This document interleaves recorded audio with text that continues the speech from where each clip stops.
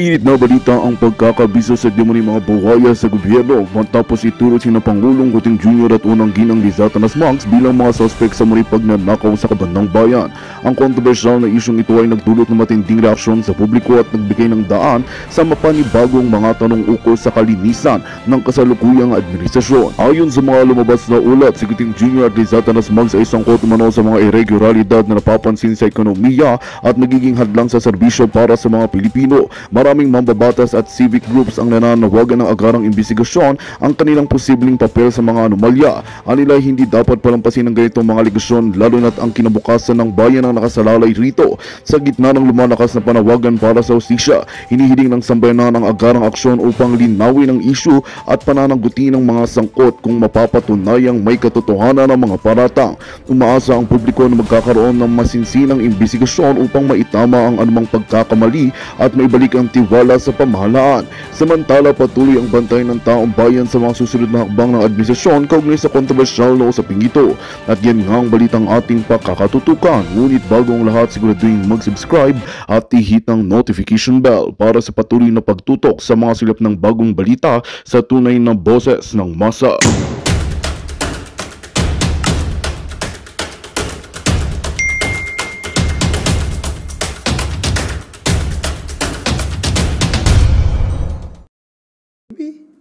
Maybe to be practical about it. Maybe. Because yun nga po, he signed the arrest warrant kay Kiko Loy. Uh-huh. He signed po the arrest warrant kay Kiko Loy, and then also he allowed the PDNE. So on both counts. Maybe, but I don't have personal knowledge. Ako hanggang deduction, induction, conclusion, yun lang yung sa akin. Personal ko lang. Wala akong personal knowledge talaga. Feelings ko lang. Personal feelings. No personal knowledge. Personal feelings. Babalik ako doon sa bakit kailangan magpalit ng Senate leadership noong kinausap ka, noong mga nagko-convince na dapat magkaroon ng Wala namang sinabing rason. Basta, sama ka sa amin. Sabi ko, sorry, hindi. Yun lang. Tawag, pare, sama ka sa amin. Pasensya ka na pare. Dito lang muna ako. Yun lang mga... Wala. Ha? Wala talagang reason na dahil sa style ng leadership, Hindi man kami ganun mag-usapan dito. Ganun.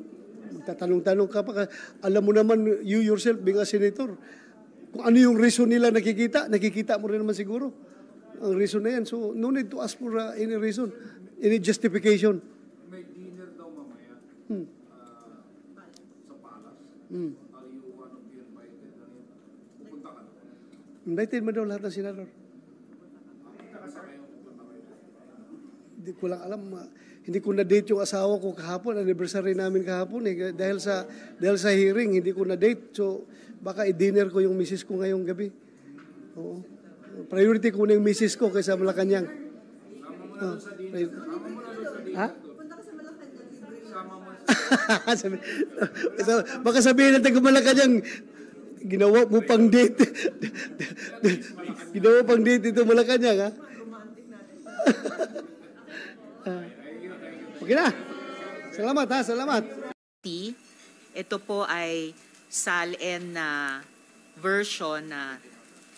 salamat po, Sen. Jinggoy.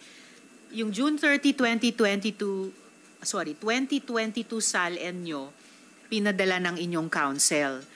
Meron din po akong July 1, 2022, isang araw lang ang pagitan, padala naman ninyo, Mayor.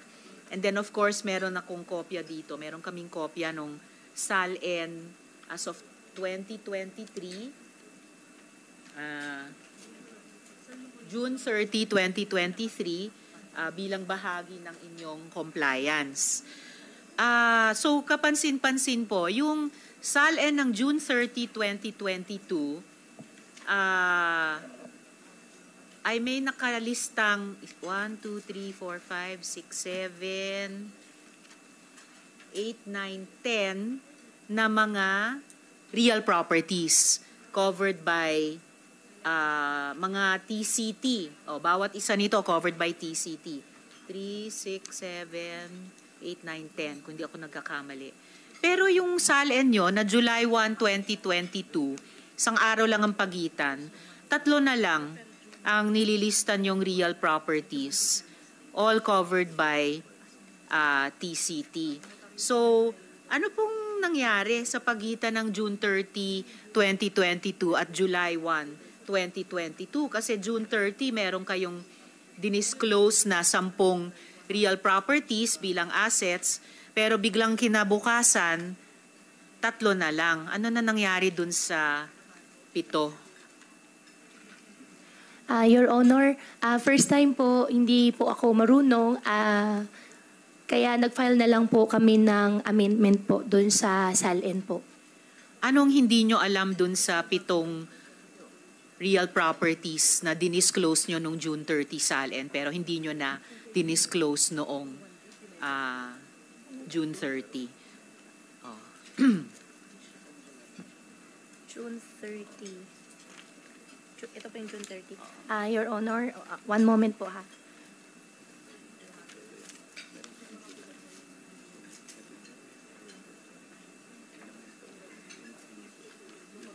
Dapat nga, kung nagkamali sa unang SALN the day before, baka dahil kulang ang dinisclose at i-disclose yung buo, yung lahat the day after. Baliktad ang nangyari, nabawasan.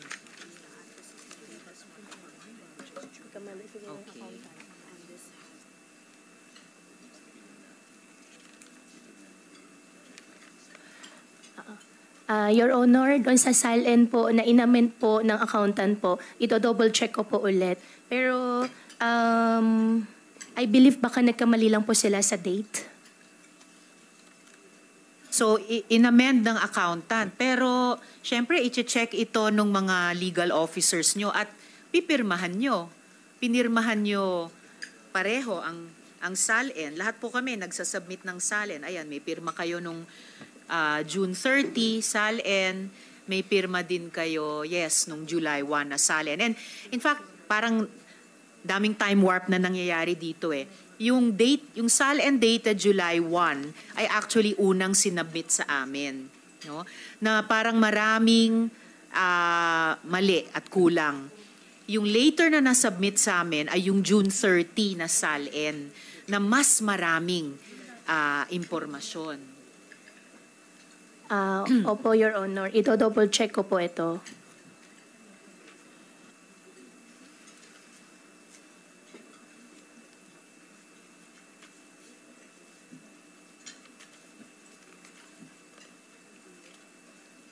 So during this hearing, Mayor, ihintayin po ng komite yung sagot ninyo galing sa inyong Council. sino yung sinabi niyo nag-draw up nito? Yung accountant ninyo ba? Opo, at yung council po. Oha, at saka yung council. Pero alam naman po ninyo, ang SALN ay public document, taon-taon ini-expect sa ating mga nagtatrabaho sa gobyerno at dapat makatotohanan at walang inililihim. Opo. Kailan po ginawa yung amendment sa unang SALN? Kailan inamend yung June 30 SALN para maging July 1, 2022 SALN?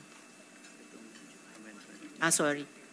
Or rather, okay, kasi nakakalito talaga yung mga time... Well, sorry, nakakalito yung mga time warp sa dokumento ninyo. Kailan inamend yung July 1, 2022 SALN para maging June 30, 2022 SALN? Kailan po nangyari yun? Your Honor, based po dito sa notaryo po is July 30, 2022 po. July 30, 2022 ang amendment po. Ang amendment. Tapos inante-date pa. Kasi yung unang sinabit ay dated July 1 na mas konting mas opo, konting yung July information. 30, opo, Madam Chair. Yung July 30 po, yan po yung na-amend na po. Wala kaming hawak na SALN July 30. Ang sinasabi nyo ba ay inamend nung Opo, July 30? Inamend po ng July 30 po, Madam Chair.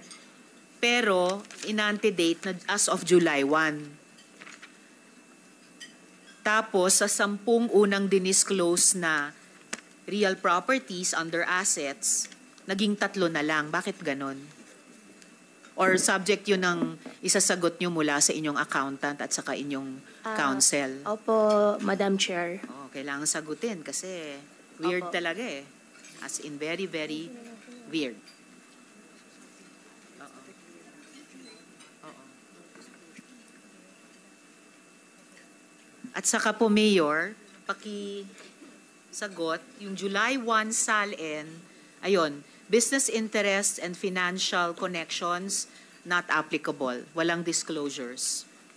Samantalang yung June 30 SALN, naka-disclose at least yung QJJ Embroidery Center at yung Conhorc Summer Real Estate Group. Pero yung amended SALN nyo, nasabi nyo in-amend July 30, submitted dated July 1, wala na po yung QJJ Embroidery, wala na rin yung Conhorc Summer. So pakipaliwanag din bakit ganon. Opo, Madam Chair. Madam Chairman, double check ko na po ngayon sa council po at sa accountant po. At within the day po, magbibigay po ako ng sagot po doon sa question niyo po. Yes, dagdagan ko lang po yung kailangang sagutin. Opo. At within the day dahil Opo. inihambing din namin yung SALNs ninyo noong Opo. 2022 at yung SALN ninyo dated naman 2023. Specifically, June 30, 2023. Teka, excuse me. This is also 2023.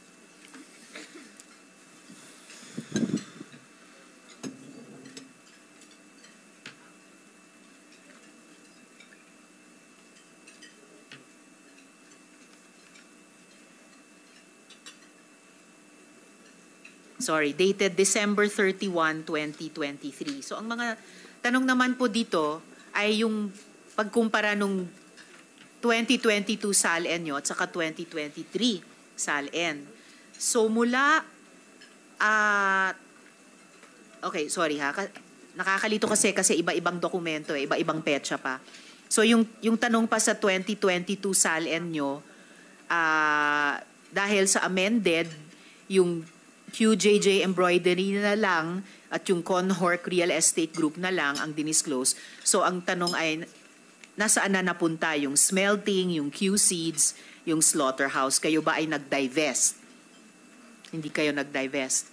Your Honor, yung smelting plant po, supposedly, ano po siya smelting po ng mga plastics po. However po, pagkakatanda ko, hindi po natuloy po yung negosyo po na yun. Pero dineclare nyo, dinisclose nyo sa July 1, yung unang SALN nyo ng 2022. Nakalista yung smelting doon. Opo, pero double check ko po, Madam Chairman, pero wala pong ganun po na tuloy po na negosyo. Okay, pero nandito yan ha. Opo, ito double check ko po ngayon po.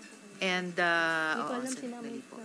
Okay, so ihambing natin yung 2022 SALNs ninyo at yung 2023 dahil mula 2022 hanggang 2023 tumalon yung net worth ninyo mula 36 million pesos sa halos 178 million pesos. At may utang ka pang 250 million pesos dyan? Totoo po ba yung utang na yan sa bank? Your Honor, opo, doon sa previous po, doon sa unang SALN ko po, na-declare ko na po yung utang ko po sa bangko. At magkano yung utang na yon sa bangko? Nung time po na dineclare ko po, nasa almost 200 plus, 250, ganun po. 250 million. Opo, ngayon po nabawasan na po siya unti-unti. So, totoo ba yung utang na yan sa bank? Opo, totoo po yan. Paano lumaki ng 140 million yung net worth nyo in 6 years? At least yung declared. Paano po lumaki? Your Honor, nag-start po ako mag-work po 14. Through the years po,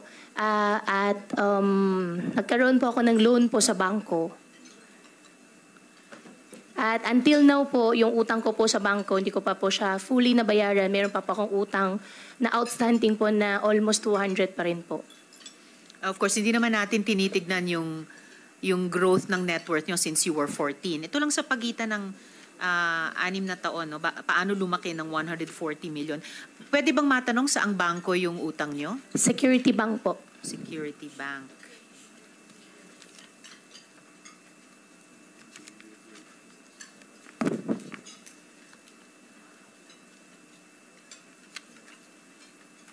Security Bank. Okay. Para saan po yung utang? Sa farm po, doon sa piggery po. Tapos, may mga dokumento kayong magpapatunay sa pagkakautang na yan? Meron po. Pwede po ako mag-provide po. Alright. Hingi po ako sa Salamat. bangko po. And kaya ako po itinatanong ang mga detalyeng ito dahil yung SALN dapat truthful statement ng net worth nyo bilang public official. Opo. No? So, kung spurious ito, you have assets of almost 300 million pesos, Mayor. Para sa akin po, hindi yan Opo. simpleng tao lamang. Opo. Backtrack ako sa, sabi nyo kasi, hindi sa inyo yung McLaren na 620R. May photo kami dyan. Yes po, Your Honor. Hindi po siya sa akin. Oo, pero yung ipapakita ko pong photo, yung nakapangalan kayo doon na bilang may-ari ng McLaren. Yung isa pa. Opo. Wala pong dokumento po na magpapatunay po na ako po yung may-ari po, Your Honor. Kasi mayroon pong car show po sa Tarlac that Yun. time. Opo. Wala pong dokumento po. Hiniram ko lang po siya. Nakalagay kasi dito, the McLaren 620R sports car owned by Bamban Mayor Alice Leal Guo. December 11 po yan sa Concepcion, Tarlac. Opo, car show po yun sa Concepcion po. At since nasa probinsya po kami, gusto lang po namin mapasaya po yung mga kababayan po namin. Kanino po yung McLaren? Kay Sir Roy po. Roy? Rodri.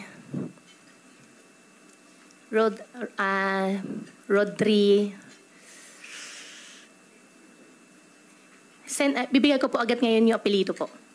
Hindi Confirm nyo ko lang alam po. yung nagpahiram sa inyo ng 33 million peso car? Rodrina, 18 million pesos ang duties niyan. Siguro naman, alam niya yung pangalan nyo dahil pinahiram niya ang napakamahal na kotse. Dapat alam niyo yung pangalan niya. Opo, ma'am, i-message ko na po ngayon. Hindi lang po ako masyado sure po doon sa surname po niya. Anong pagkakilala nyo sa surname niya? Rodriguez po. Roy Rodriguez? Rodriguez. Sino po siya?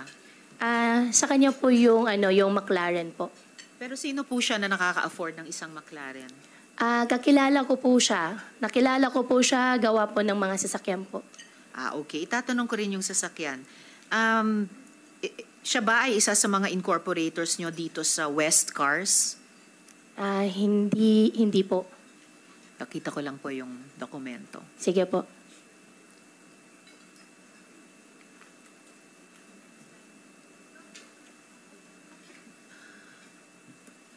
Okay.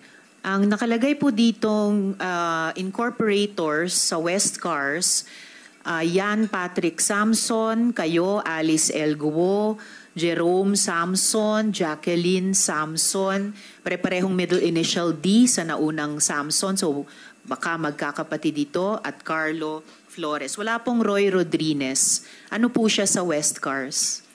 Hindi po siya connected po sa West Cars po. Madam Chair, i-confirm ko lang po yung surname po. Ipaprovide ko po ngayon agad po. Alright. At kaya ko po ito itinatanong, Mayor, no? Itong McLaren, nakita rin po sa isang parking lot sa isang condominium sa Pasig City. Chinek natin yung conduction sticker na malinaw na nakadikit sa sasakyan. May 13 po yun. Ayan. We had it checked sa LTO at ito naman po yung lumabas. Hindi po yata McLaren ang nakarehistro. Isang hamak na Dongfeng utility vehicle. So another mystery. Ako rin, Opo. But wait, there's more. Nung sumunod na araw, wala na po yung conduction sticker. May nagtanggal. May nagtanggal. Bakit naman po ganyan yung mga kaibigan nyo, Mayor? O ayan o, wala na yung sticker. Your Honor, Hiniram ko lang po siya para po doon sa car show. In fact, makikita at malalaman nyo rin po doon sa mga tao nakakita, dumating po siya nakatow. Kasi eto na po, Padiernos. Roy Padiernos. Opo, Roy Padiernos Sino po. po si Roy Padiernos? Siya po yung may-ari po ng sasakyan. Ano po siya? Kilala po, car dealer po. Car dealer. Opo. Pero car dealer ba siya sa West Cars? Hindi po, Your Honor. Alright. So, isang misteryo to, no? Tulad ng mga disappearing real assets sa SALN, ito naman disappearing conduction sticker. And by the way, ganong kalaki po yung West Cars, Mayor? Yung West Cars po, yan po ay isang showroom lang po ng mga sasakyan po. Pero ano yung value nung negosyo niya at yung mga sasakyang dinidisplay sa showroom? Magkano yung kabuang halaga ng West Cars? Yung showroom po, buy and sell po siya. So, nagpapadisplay po yung mga tao po. Kung gusto po ibenta yung sasakyan, doon po dinidisplay po. So, magkano po yung kabuang halaga ng negosyo ng West Cars?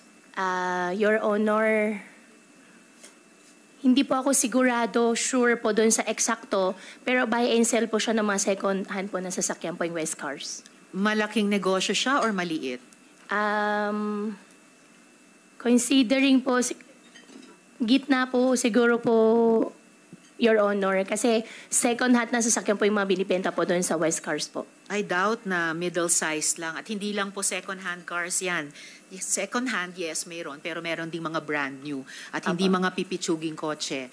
May ka-level ng McLaren, may kung ano-ano pang mga social na brand, mga limousine, mga bridal cars, mga bulletproof vehicles. Hindi po yan gitnang size na ano. I wish, Mayor, na pwede nyo nila kaming sagutin ng diretsyo, hindi parang mga nagda-divert na mga sagot na pag pina-follow up naman namin ay nalalaman po na hindi po accurate or makatotohanan yung sagot. Ilan po ang kotse sa inventory ng West Cars? Your Honor, as much as possible, ayaw ko po sumagot ng I don't know at hindi ko po alam. Pero as of the moment po, hindi ko po talaga alam. Gawa po ng West Cars po, buy and sell po, may nagpapadisplay. Pagkatapos po, benta, bili, benta, doon po yung nangyayari po doon sa West Cars po. Pero incorporator kayo at any given time pag may nagtanong, malay nyo may prospective investor gustong buy in din, itatanong sa inyo on any given day ano yung average number ng mga sasakyan dyan. Siguro naman dapat may working knowledge kayo. Yun lamang po yung sa akin. Opo, Your Honor. Yung West Cars po kasi, Your Honor, hindi po ako yung mismo nagmamanage po doon. Yes, incorporator kayo. Pero I suppose, kung incorporator kayo, meron kayong working knowledge ng negosyo. Due diligence na naman.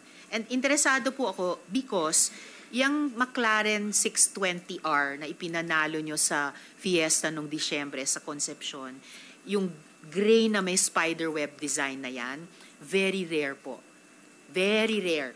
Ang alam ko may sinis po yan sa customs. So, did another one like that find its way here?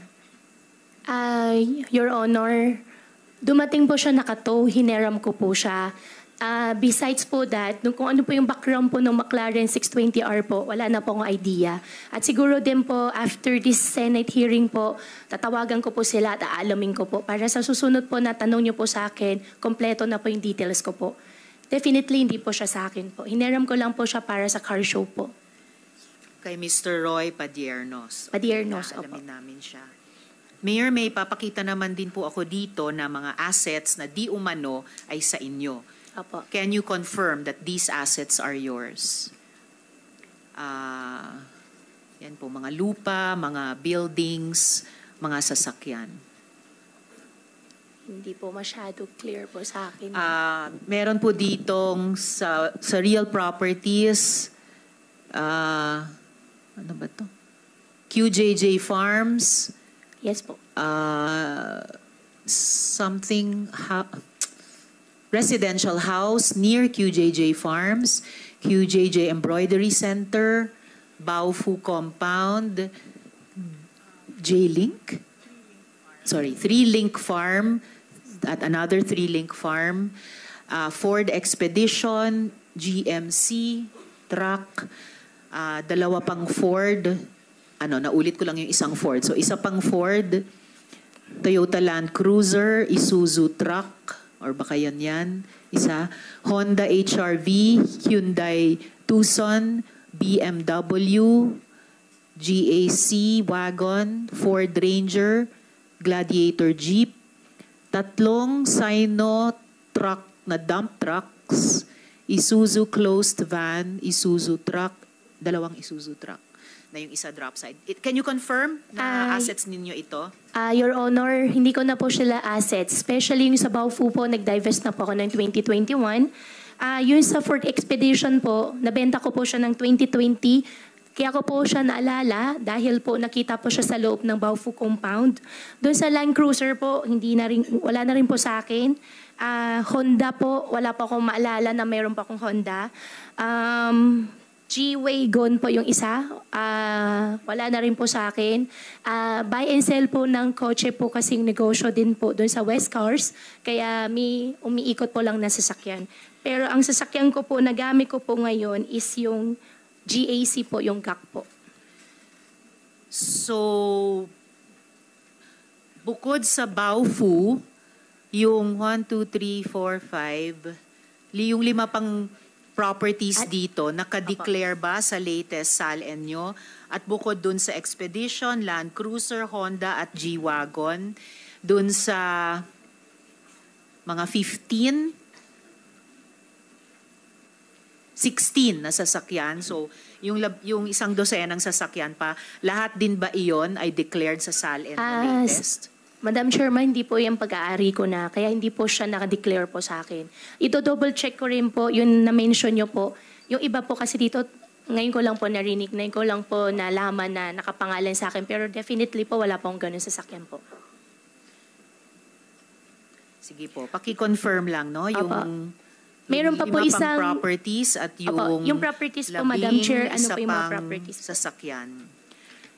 Andito po, yung binasa ko kanina. Actually, mga negosyo nyo, yung mga Q. Yung mga Q businesses, QJJ businesses. At ilan pa. At yung 3-link businesses. Paki-confirm kung dineclare nyo sa SALN nyo. And then, Mayor, sabi nyo po, mayroon kayong chopper, pero binenta nyo na. Do you stand by this statement? Yes po, Your Honor. Kasi po, pagkatapos nung nakaraang hearing, kumontak po kami sa CAAP. At active pa po ang registration ng chopper nyo na nasa pangalan nyo. Ito po. Yes po, Your Honor. So can you explain this? Bakit sinabi nyong binenta nyo na ito samantalang lumalabas, kayo pa rin yung may-ari? Your Honor, ang kontrata po namin yan ay deed of absolute sale po. Ay deed of conditional sale po pala. Babayaran po siya in next 6 months po. Installment din po. Next 6 months. Installment po siya monthly po. So, are you telling me na pagkatapos ng kalahating taon, anong mangyayari? Anong mag-iiba sa dokumentong ito? After po mabayaran po, mag-execute na po ako ng deed of sale po sa kanila. Okay. So sa ngayon, pagmamayari nyo pa rin? Ngayon po hindi na po. Itong chopper? Kasi hindi na po ngayon pag-aari ko po, Your Honor. Kasi meron na po, binenta ko na po, however po, hindi po siya full payment po, kaya hindi po siya deed of sale. Kaya ginawa po siyang conditional sale po. So habang hindi pa deed of sale na consummated, kayo pa rin yung may-ari? Hindi na po kasi nagbabayad po siya sa akin ng installment po na 6 months po. So sinong may-ari? Meron po isang British company po. Anong pangalan ng British company? Ipaprovide ko po yung contract po, Your Honor. Ang magiging eventual owner ay empleyado ng British company? Ang magiging eventual owner po ay yung company po na bumili po sa akin. Na yun yung British company? Opo, magpa-provide po ako ng copy po sa inyo po, Your Honor. So yung British company po yung nagbabayad sa inyo on installment in the next 6 months? Yes po, Your Honor. Meron lang po kami agent in between na magbabayad po sa akin. Anong klaseng British company yun? Bibili ng chopper tapos on installment pa? Your Honor, provide ko na lang po yung details po na lahat po sa inyo para mas para mas ma-investigate nyo po na ano po. Actually, last hearing nyo pa kasi sinabi na ibinenta nyo sa British company. And Apo. last hearing nyo pa pinangako ibigay yung pangalan. So anong pangalan ng British company?